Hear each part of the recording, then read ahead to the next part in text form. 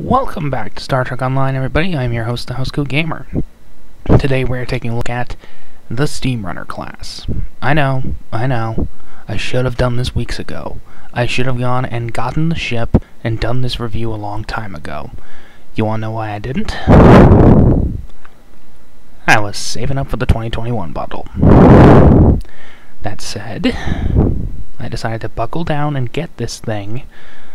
Just this ship. I already have the Steam version of it, and decided to just buckle down and do this review and be done with it.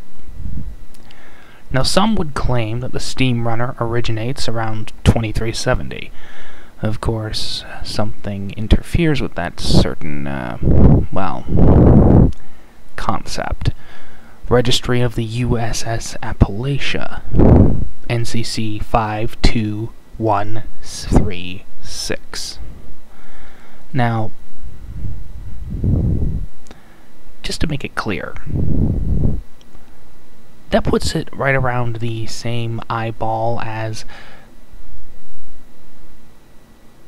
the Lakota and many Miranda-class ships, and the Kyushu, which is a New Orleans-class ship. So, any claims that the ship is from the 2270s is very much illogical. Besides, the design is clearly Cardassian Wars era. You can see elements of the Ambassador in here, mostly in the nacelle caps. The deflector dish, too. In short, this is a Cardassian Wars era ship, more suited for war than it was for much else, and brought back into service because, well, Starfleet desperately needed a new ship. Desperately needed ships after, well, the debacle that was Wolf 359. And the ship served well in Sector 001, despite being a, well, 40-year-old design at this point. Well, 30, 40, not much difference. It's an old design, but it works. And it works gloriously. You could only get this ship, by the way, during the old days, via Steam.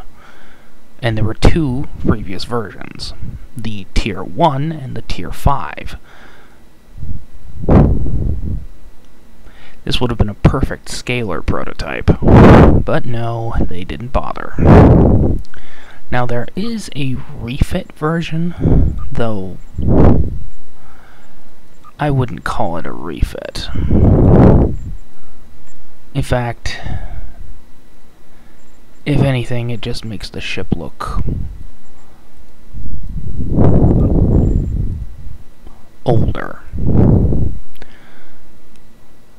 Yeah, it looks a lot older. In fact, you could say the Steamrunner skin you saw there was, well, the original and was the refit, and this is the old one. It certainly fits. And of course, there's the new skin, the Appalachia, which I am not a fan of. I know, I harp on the Tier 6 skins, but it still applies. That said, this thing comes with a console. Hold on a moment. A perfect excuse to see the ship's layout, too. It's a cannon boat, obviously. Now, I haven't tested this thing out yet, but I have enough experience with the original Steamrunner to know what I'm talking about. But this is nice. Tricobalt Tear Launcher. You know what this references? Star Trek Armada. In Armada, this is an artillery ship. In Trek Wars Revival, this thing is also an artillery ship, though one that can actually defend itself. The hull spike battery is not something I'm familiar with.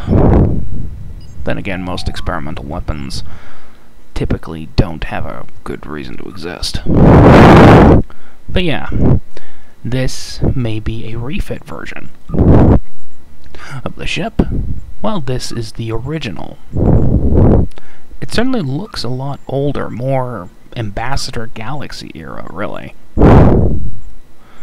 Though I could do without the constant attempts to get this thing to be in the veteran skin.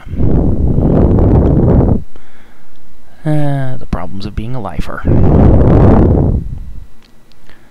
Is this ship worth getting? If you get a free Tier 6 token, yeah. That's how I got it. Yeah. I have a lot of free Tier 6 tokens. Really, with the sheer number of ships that aren't new, I don't see the point in using them. But yeah, this is very much an older design. It just screams, I am from the 2240s. Well, 2340s, but you get the idea. Now hopefully, the next review should be in a couple of days. Mostly because, as you are aware, I grind for my boats. And hopefully the sale finally kicks in, and I get my hands on the 2021 bundle. If not, well, a couple of months. Housecoat Gaming signing off.